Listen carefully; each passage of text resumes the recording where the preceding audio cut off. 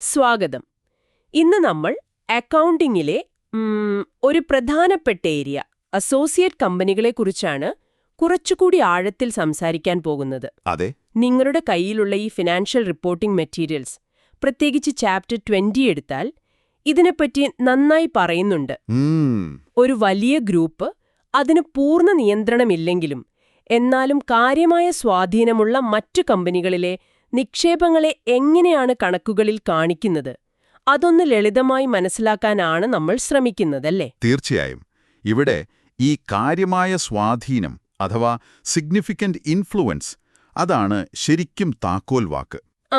അതായത് ഒരു കമ്പനി മറ്റൊന്നിൽ നേരിട്ടൊരു കൺട്രോൾ വെക്കുന്നില്ല, പക്ഷേ അതിന്റെ നയപരമായ തീരുമാനങ്ങളിലൊക്കെ ഇടപെടാൻ പറ്റുന്നൊരു തരം ബന്ധം. റൈറ്റ്. അക്കൗണ്ടിംഗ് സ്റ്റാൻഡേർഡായ IAS 28 ഇതിനൊരു വ്യക്തമായ നിർവചനം തരുന്നുണ്ട്. ഈ സ്വാധീനം ഇത് എങ്ങനെയാണ് ഗ്രൂപ്പിന്റെ മൊത്തം കണക്കുകളിൽ ഈ ഇക്വിറ്റി അക്കൗണ്ടിംഗ് എന്ന രീതി ഉപയോഗിച്ച് രേഖപ്പെടുത്തുന്നത് എന്ന് നമുക്ക് നോക്കാം. Equity accounting, okay. ഇതിലെ ടെക്നിക്കൽ കാര്യങ്ങൾ അതൊക്കെ കുറച്ചൊന്നു മാറ്റി നിങ്ങൾക്ക് ഇതിലെ പ്രധാന ആശയങ്ങൾ കിട്ടാൻ സഹായിക്കുക, അതാണ് നമ്മുടെ ലക്ഷ്യം. നന്നായി. അപ്പോ നമുക്ക് ആദ്യം തന്നെ തുടങ്ങാം. എന്താണ് ഈ അസോസിയേറ്റ്? വെറുതെ കേൾക്കുമ്പോ ഒരു സാധാരണ വാക്ക്, പക്ഷേ അക്കൗണ്ടിങ്ങിൽ ഇതിന് കൃത്യമായ അർത്ഥമുണ്ടല്ലോ. ഉണ്ട്. സിമ്പിളായി പറഞ്ഞാൽ IAS 28 പറയുന്നത്, ഇപ്പൊ നിങ്ങളൊരു കമ്പനിയിൽ പൈസ മുടക്കി ഒരു ഇൻവെസ്റ്റ്മെന്റ് നടത്തിയെന്ന് വെക്കുക.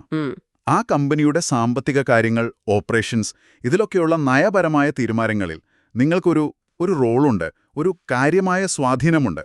ഓക്കെ. എന്നാൽ ആ കമ്പനിയെ മൊത്തത്തിൽ നിയന്ത്രിക്കാനോ അല്ലെങ്കിൽ വേറെ ആരെങ്കിലുമായി ചേർന്ന് ഒരു ജോയിന്റ് കൺട്രോളോ നിങ്ങൾക്കില്ല. അങ്ങനെയുള്ളൊരവസ്ഥയിലുള്ള നിങ്ങൾ ഇൻവെസ്റ്റ് ചെയ്ത ആ കമ്പനിയാണ് അസോസിയേറ്റ്. ഓക്കെ. അതായത് വെറും ഒരു പാസീവ് ഇൻവെസ്റ്റ്മെന്റ് അല്ല, എന്നാൽ ഫുൾ കൺട്രോളുമില്ല, ആ ഒരു ഇടയിലുള്ള അവസ്ഥ. അതെ, കറക്റ്റ്. ഈ കാര്യമായ സ്വാധീനം എന്ന് പറയുമ്പോൾ അതെങ്ങനെയാണ് നമ്മൾ അളക്കുന്നത്? ഇത്ര ശതമാനം ഷെയർ വേണം എന്നൊക്കെയുണ്ടോ? അതൊരു പ്രധാന സൂചകമാണ്. സാധാരണഗതിയിൽ ഒരു കമ്പനി മറ്റേ കമ്പനിയുടെ ഏകദേശം 20% തൊട്ട് 50% വരെ വോട്ടിംഗ് പവറുള്ള ഷെയറുകൾ കൈവശം വെക്കുന്നുണ്ടെങ്കിൽ 20 തൊട്ട് 50. അതെ. അപ്പോൾ അവിടെ കാര്യമായ സ്വാധീനം ഉണ്ടെന്ന് നമ്മളങ്ങ് അനുമാനിക്കും സാധാരണയായി. ഓക്കെ. പക്ഷേ ഇതൊരു കട്ടായം നിയമമൊന്നുമല്ല, ജസ്റ്റ് ഒരു ഇൻഡിക്കേറ്റർ.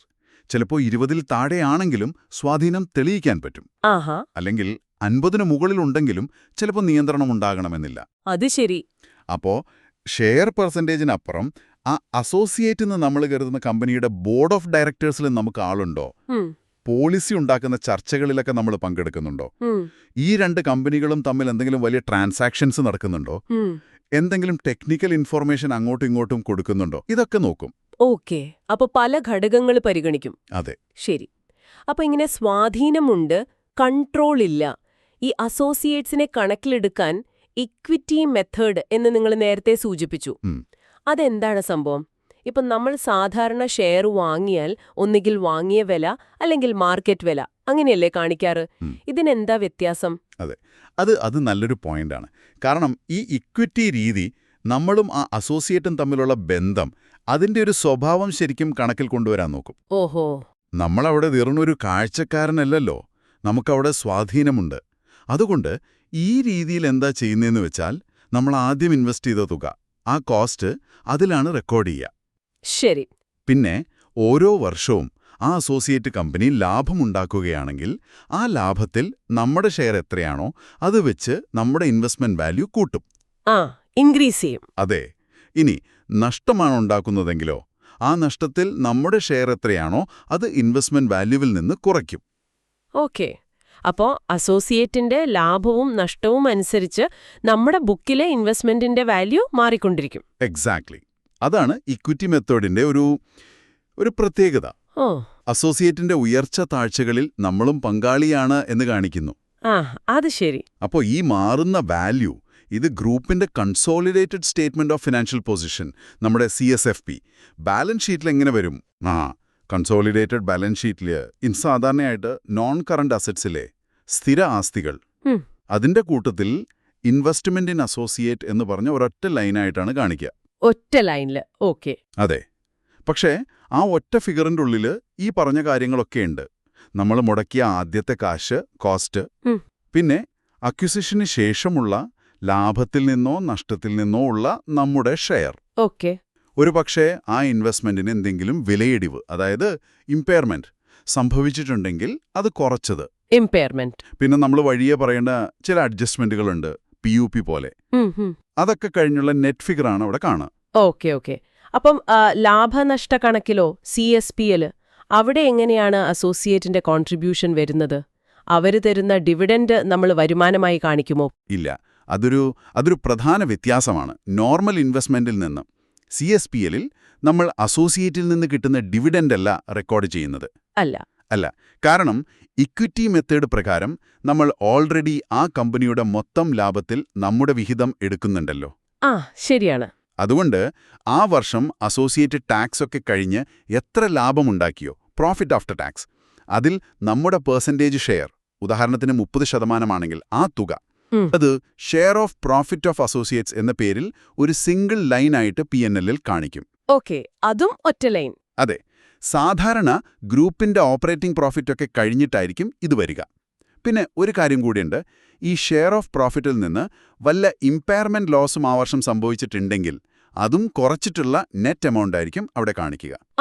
ഇമ്പയർമെന്റും അവിടെ അഡ്ജസ്റ്റ് ചെയ്യണം. ഓക്കെ. അതെ.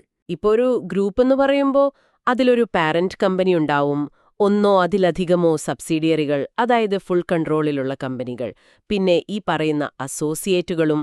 ഇവയെല്ലാം കൂടിച്ചേർത്ത് ഒരു കൺസോളിഡേറ്റഡ് സ്റ്റേറ്റ്മെന്റ് ഉണ്ടാക്കുക എന്ന് പറയുന്നത് അത് കുറച്ചധികം പണിയാണെന്ന് തോന്നുന്നു. കുറച്ച് സ്റ്റെപ്പുകളുണ്ട്. കാര്യങ്ങൾ കുറച്ചുകൂടി എളുപ്പമാക്കാൻ ചില സ്റ്റാൻഡേർഡ് വർക്കിംഗ്സ് ചെയ്യാറുണ്ടെന്ന് കേട്ടിട്ടുണ്ട്.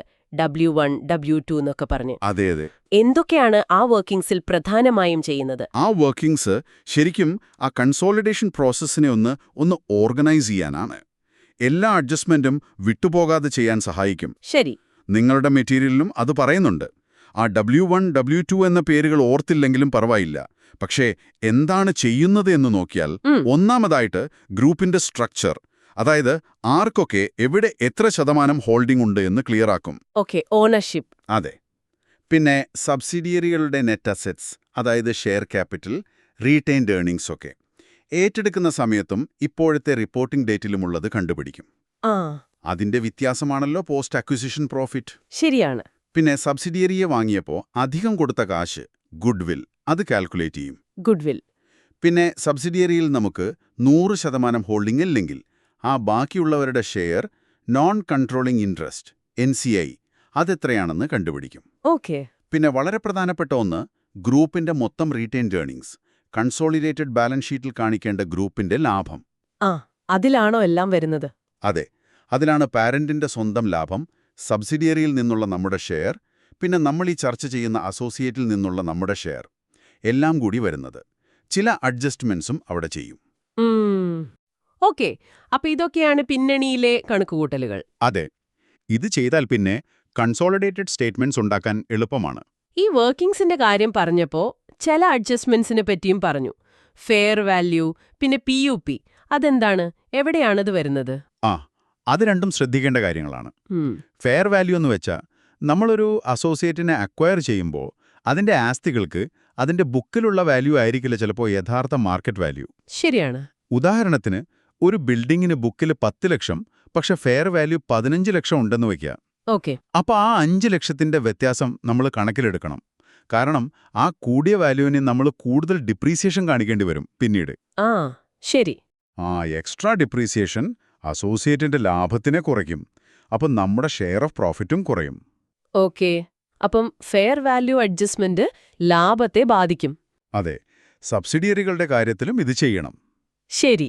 ഇനി മറ്റേത്, അസോസിയേറ്റുമായുള്ള ബാലൻസുകൾ. അതൊരു പ്രധാന വ്യത്യാസമാണ് സബ്സിഡിയറിയുമായി താരതമ്യം ചെയ്യുമ്പോൾ. ഇപ്പോൾ പാരന്റ് കമ്പനിയും അസോസിയേറ്റും തമ്മിൽ കച്ചവടം നടക്കുന്നുണ്ട്. അപ്പോൾ അങ്ങോട്ടും ഇങ്ങോട്ടും പൈസ കൊടുക്കാനും കിട്ടാനും ഉണ്ടാകുമല്ലോ, റിസീവബിൾസ്, പേയബിൾസ് ഉണ്ടാവും. സാധാരണ പേരന്റും സബ്സിഡിയറിയും തമ്മിലുള്ള ഇത്തരം ഇടപാടുകൾ നമ്മൾ കൺസോളിഡേറ്റഡ് ബാലൻസ് ഷീറ്റിൽ നിന്ന് ഒഴിവാക്കും. കാരണം അത് ഗ്രൂപ്പിനുള്ളിലെ കളിയാണ്. അത് ക്യാൻസൽ ചെയ്യും. എന്നാൽ അസോസിയേറ്റ്, അത് ഗ്രൂപ്പിന്റെ ഭാഗമായി നമ്മൾ ഇക്വിറ്റി മെത്തേഡിൽ കാണിക്കുന്നുണ്ടെങ്കിലും ലീഗലി അതൊരു സെപ്പറേറ്റ് എൻറ്റിറ്റിയാണ്, ഗ്രൂപ്പിന് പുറത്താണ് ഒരു തരത്തിൽ. ഓക്കെ. അതുകൊണ്ട് പാരന്റും അസോസിയേറ്റും തമ്മിലുള്ള ഈ റിസീവബിൾസ്, പേയബിൾസ്, അത് കൺസോളിഡേറ്റഡ് സ്റ്റേറ്റ്മെന്റിൽ നിന്ന് ഒഴിവാക്കില്ല, അതതുപോലെ കാണിക്കും. ഓ, അത് ക്യാൻസൽ ചെയ്യില്ല. അത് പ്രധാനപ്പെട്ട പോയിന്റാണ്. അതെ, അത് ഓർക്കണം. ഇനി ആ PUP, അൺറിയലൈസ്ഡ് പ്രോഫിറ്റ്, അത് കേൾക്കുമ്പോൾ തന്നെ ഒരു കൺഫ്യൂഷൻ. അതെ, അത് കുറച്ച് ശ്രദ്ധിച്ചാൽ മതി. PUP unrealised profit. സിമ്പിളായി പറഞ്ഞാൽ, ഗ്രൂപ്പിലെ ഒരു കമ്പനി, ഒന്നുകിൽ പേരന്റ് അല്ലെങ്കിൽ ഒരു സബ്സിഡിയറി, അസോസിയേറ്റിന് ലാഭമെടുത്ത് സാധനം വിൽക്കുന്നു. ഓക്കെ. വർഷം അവസാനമായപ്പോൾ ആ വിറ്റ സാധനങ്ങൾ അസോസിയേറ്റ് മറ്റാർക്കും മറിച്ചു വിൽക്കാതെ സ്റ്റോക്കായിട്ട് കയ്യിൽ വെച്ചിരിക്കുകയാണ്. ഓക്കെ, സ്റ്റോക്കുണ്ട്. അപ്പോ പാരന്റ് ആ വിൽപ്പനയിലൊരു ലാഭം രേഖപ്പെടുത്തിയിട്ടുണ്ടാവും, അല്ലേ? ഉണ്ടാവും. പക്ഷെ ഗ്രൂപ്പിന്റെ കാഴ്ചപ്പാടിൽ ആ സാധനം ഇപ്പോഴും ഗ്രൂപ്പിന്റെ ഒരു വലയത്തിനുള്ളിൽ തന്നെയാണ്, പുറത്തു പോയിട്ടില്ല. ആ, ശരിയാണ്. അതുകൊണ്ട് ഗ്രൂപ്പ് ആ ലാഭം ശരിക്കും നേടിയിട്ടില്ല. It's unrealised. ഓക്കെ. ഈ റിയലൈസ് ചെയ്യാത്ത ലാഭത്തിൽ പാരന്റിന് അസോസിയേറ്റിലുള്ള ഓണർഷിപ്പ് പെർസെൻറ്റേജ്, ഉദാഹരണത്തിന് 30% ആ 30% തുല്യമായ തുക, അത് നമ്മൾ 2 സ്ഥലത്തു നിന്നും കുറയ്ക്കണം. ഒന്ന്, ഗ്രൂപ്പിന്റെ മൊത്തം ലാഭത്തിൽ നിന്ന്, ഗ്രൂപ്പ് റീറ്റൈൻഡ് ഏർണിംഗ്സ് W5. 2, അസോസിയേറ്റിലെ ഇൻവെസ്റ്റ്മെന്റിന്റെ വാല്യൂവിൽ നിന്ന്, investment in associate W6. Okay, group ലാഭത്തിൽ നിന്നും ഇൻവെസ്റ്റ്മെന്റ് വാല്യൂവിൽ നിന്നും കുറയ്ക്കണം. ഇത് പാരന്റ് അസോസിയേറ്റിനെ വിൽക്കുമ്പോൾ. അതെ. ഇനി തിരിച്ച് അസോസിയേറ്റ് ആണ് പാരന്റിന് ലാഭത്തിൽ വിൽക്കുന്നതെങ്കിലും ഈ PUP വരും. ആഹാ. അവിടെയും നമ്മുടെ ഷെയർ ഓഫ് PUP കുറയ്ക്കണം. പക്ഷെ അത് കുറയ്ക്കുന്നത് ഗ്രൂപ്പ് ലാഭത്തിൽ നിന്നും W5, പിന്നെ പാരന്റിന്റെ കയ്യിലുള്ള ഇൻവെന്ററിയുടെ വാല്യൂവിൽ നിന്നുമാണ്. ഓക്കെ, അപ്പൊ എവിടെ നിന്ന് കുറയ്ക്കണം എന്നതിൽ വ്യത്യാസമുണ്ട്. ഉണ്ട്, ഡയറക്ഷൻ അനുസരിച്ച് മാറും. പക്ഷെ ആശയം ഒന്നുതന്നെ. ഗ്രൂപ്പിനുള്ളിൽ വെറുതെ സാധനം മാറ്റിയിട്ടുണ്ടാക്കുന്ന ലാഭം നമ്മൾ അംഗീകരിക്കുന്നില്ല. ക്ലിയറായി. ഈ കാര്യങ്ങളൊക്കെ വെച്ച് ഒരു കണക്ക് ചെയ്ത് കാണുന്നത് നല്ലതാണ്. നിങ്ങളെ മെറ്റീരിയലിലെ ഡിപ്സി, ലാല, പോ ആ ഇലസ്ട്രേഷൻ ഓർക്കുന്നു? ആ, ഇലസ്ട്രേഷൻ 1. അത് ഈ പറഞ്ഞ വർക്കിംഗ്സും അഡ്ജസ്റ്റ്മെന്റും ഒക്കെ എങ്ങനെ ഒരുമിച്ച് വരുന്നു എന്ന് കാണിക്കാൻ നല്ലൊരു ഉദാഹരണമാണ്.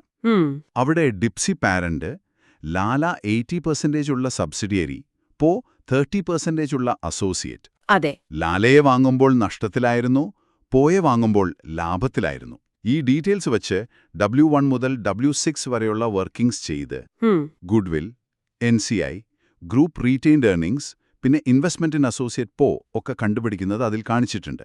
ആ ഉദാഹരണത്തില് പോയിലെ ഇൻവെസ്റ്റ്മെന്റ് വാല്യൂ എങ്ങനെയാണ് കണ്ടുപിടിച്ചത്? അവിടെ പൂവിനെ വാങ്ങിയ കോസ്റ്റ് എടുക്കുന്നു. പിന്നെ വാങ്ങിയതിനു ശേഷം പൂവുണ്ടാക്കിയ ലാഭത്തിൽ ഡിപ്സിയുടെ ഷെയർ 30% കൂട്ടുന്നു. ഓക്കെ. പിന്നെ ആ വർഷം പൂവിലെ ഇൻവെസ്റ്റ്മെന്റിന് ഒരു ചെറിയ ഇമ്പയർമെന്റ്, ഒരു മൂല്യത്തകർച്ച സംഭവിച്ചിട്ടുണ്ട്. ആ തുക കുറയ്ക്കുന്നു. അപ്പോൾ കിട്ടുന്ന ഫൈനൽ എമൗണ്ടാണ് ബാലൻസ് ഷീറ്റിൽ ഇൻവെസ്റ്റ്മെന്റ് ഇൻ അസോസിയേറ്റ് ആയി കാണിക്കുന്നത്. ഓക്കെ. ആ വർക്കിംഗ്സ് സ്റ്റെപ്പ് ബൈ സ്റ്റെപ്പായി കാണിക്കുന്നുണ്ട്. അതെ. ഇനി ലാഭനഷ്ട കണക്ക് CSPL ഉണ്ടാക്കുന്ന ഇലസ്ട്രേഷൻ 2, PSA വെച്ചിട്ടുള്ളത്. അവിടെ PUP എങ്ങനെ വരുന്നുവെന്നാണ് പറഞ്ഞത്. ഇല്ലസ്ട്രേഷനിൽ P എന്ന പാരന്റ്, A എന്ന അസോസിയേറ്റിന് ലാഭത്തിൽ സാധനം വിൽക്കുന്നു. അതിൽ കുറച്ച് സാധനം വർഷാവസാനം Aയുടെ സ്റ്റോക്കിൽ ബാക്കിയുണ്ട്. അപ്പോൾ ആദ്യം ആ സ്റ്റോക്കിലുള്ള PUP എത്രയാണെന്ന് കണ്ടുപിടിക്കുന്നു.